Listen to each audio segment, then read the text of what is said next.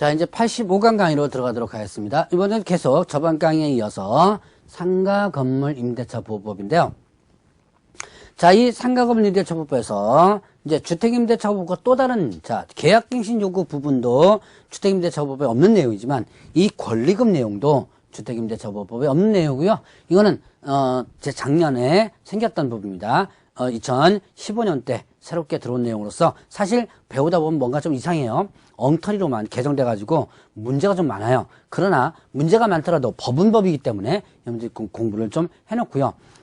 앞으로 개정된다고 하는데 언제 개정할지 모르겠습니다. 개정되면 그때 다시 한번 체크를 해서 한번 또 강의를 좀 하도록 하죠. 자, 이때 권리금과 관련된 부분인데요. 자, 권리금은 임대차 목적물인 상가 건물에서 영업을 하는 자 또는 영업을 하려는 자, 영업하는 자나 하려는 자가 영업시설의 비품, 거래처, 신용영업사 노하우, 상가 건물의 위치에 따른 영업상의 자 유형, 무형의 재산적 가치의 양도 또는 이용대가, 재산적 가치의 양도나 그 이용대가로서 임대인이나 임차인에게 보증금과 차임외에 지급하는 금전의 대가다. 금전의 대가를 뭐라 한다? 권리금이다. 권리금은 판례상 나타난 부분에 있어서 법조문에 이렇게 규정되었습니다. 그러니까 이거는 뭐 달달달 외울 필요 없이 그렇구나라고 해서 그냥 넘어가면 돼요. 자, 그러면 권리금 계약이 있습니다. 자, 이 권리금 계약을 잘 보셔야 계약의 주체자가 누군지를 신규 임차인이 되려는 자가 임차인에게 권리금을 지급하기로 하는 계약이다. 자, 신규 임차인이 되려는 자가 임대인에게 이렇게 되면 틀리죠. 자, 그때 임대인이 임차인에게 이렇게 하면 틀리죠. 자, 조심하시기 바랍니다. 누가 누구에게 신규 임차인이 되는 자가 누구에게 임차인에게 이렇게 된 거죠. 그 권리금을 지급하는 계약을 권리금 계약이라고 한다. 자, 그러면 이때 권리금의 회수 기회를 보호하는데요. 자, 임대인은 임대차 기간이 끝나기 3개월 전부터 임대차 종료시까지, 자, 3개월 전부터 임대차 종료시까지 권리금 계약에 따라 임차인이 주선한 신규 임차인이 되는 자로부터 권리금을 지급받을 것을 방해서는 안 된다.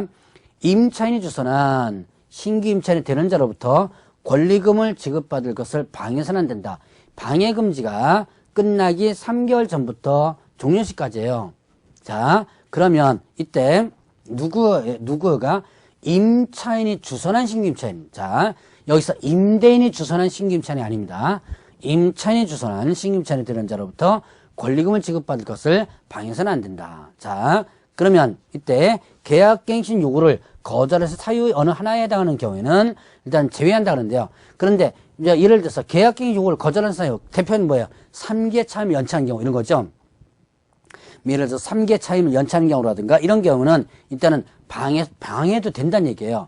이 방해 금지 규정이 적용되지 않는 거죠. 자, 그러면 이때 금지되는 방해인을 보게 되면요. 임차인이 주선한 신규 임차인이 되려는 자. 누가 주선한 거예요? 임차인이 주선한 신규 임차인이 되려는 자에게 권리금을 요구하거나 누가? 임대인이 권리금을 요구하거나 임차인이 주선한 신규 임차인이 되는 자로부터 권리금을 수수하는 행위. 누가 하는 거예요? 그러니까 권리금을 요구하거나 수수하는 것은 누가? 임대인이 이렇게 하면 안 된다는 거죠. 임차인이 주선한 신규 임차인이 되려는 자로부터. 자, 그리고 임차인이 주선한 신규 임차인이 되려는 자로 하여금 임차인에게 권리금을 지급하지 못하게 하는 해. 자, 임차인이 주선한 자. 여기에는 임대인이 주선이 아니에요. 임차인이 주선한 신규 임차인이 되려는 자는 자로 하여금 자, 이게 임차인이 주선한 신규 임차인자에게 얘한테 권리금 주지 마. 이렇게 요구하는 거죠. 그렇게 해서는 안 된다라는 부분이에요. 자, 그 다음에 또 임차인이 주선한 신규 임차인이 되는 자에게 상가 건물에 관한 조세 공과금, 주변 상가 건물의 차임 보증금 그 밖의 부담에 따른 금액에 비추어 현저히 고액의 차임과 보증금을 요구하는 행위. 자, 이건 뭐냐면 상가 임대차 보증금이나 월세를 이거를 너무 터무니없이 시세보다 너무 터무니없이 요구하는 거예요. 그래놓고 뭐 하는 거야? 하든지 말든지 맘대로 해. 대부분 계약을 깨려고 많이 요구하는 경우가 있죠. 계약을 깨려고 요구할 때 이렇게 터무니없이 요구하는 경우가 많아요. 자, 이렇게 해서는 안 된다라고 하는 부분이죠. 자, 그 다음에 또 그 밖에 정당한 사유 없이 임대인이 임차인이 주선한 신규 임차인 되는 자와 임대차 계약의 체결을 거절하니 정당한 사유 없이 임대차 계약을 거절해서는 안 된다는 얘기예요. 정당한 사유 없이. 자, 이렇게 금지되는 행위, 결국 금지되는 행위는 결국 누구에게는 이거야. 자, 임대인이 임차인이 주선, 자, 임대인이 주선은 아니에요. 임차인이 주선한 신규 임차인에게 뭐 보증금을 받거나 요구하거나 또 권리금 지급하지 못하게 하거나 아니면 또 터무니없이 보증금이나 월세를 요구하거나 그 외에도 임대차 계약을 거절하거나 이렇게 하면 안 된다는 얘기죠. 자, 그러면 이때 이제 임대차 계약 체결을 거절하지 못한다 그러는데요. 거절할 수 있는 예외적인 규정이 있습니다. 자, 임대차 계약의 체결을 거절할 수 있는 경우는 어떤 경우냐? 임차인이 주선한 신규 임차인 되려는 자가 보증금 또는 차임을 지급할 자력이 없는 경우. 참 이 문장을 보면요. 엉터리로 개정됐다는 이 엉터리로 만들었다는 것이 상당히 많이 보이는데 여러분들도 이해가 잘 안 되는 경우가 있을 거예요. 이거는 국회에서 법을 만들 때 적어도 이 법을 만드는 사람이 상가임대차를 한 번이라도 좀 임차인이거나 임대인으로서 한 번이라도 좀 해본 사람이 하나도 없는 것 같아요. 그래서 자, 이런 보면 좀 이게 이해가 안 되는 경우가 좀 많습니다.